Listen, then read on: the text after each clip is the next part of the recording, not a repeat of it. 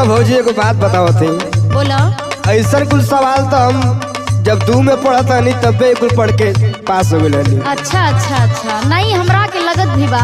ना ना, जब 2 में रहनी ना तबे कुछ सवाल हम पढ़ के बैठ चुकल रहनी। अच्छा सुना हम बतावा तनी तो सवाल के जवाब बा। बोला। सलवारवा के नीचे लइके पेढ़ेली छागो। अच्छा। सलवारवा के नीचे लइके पेढ़ेली छागल त देत बानी तोहके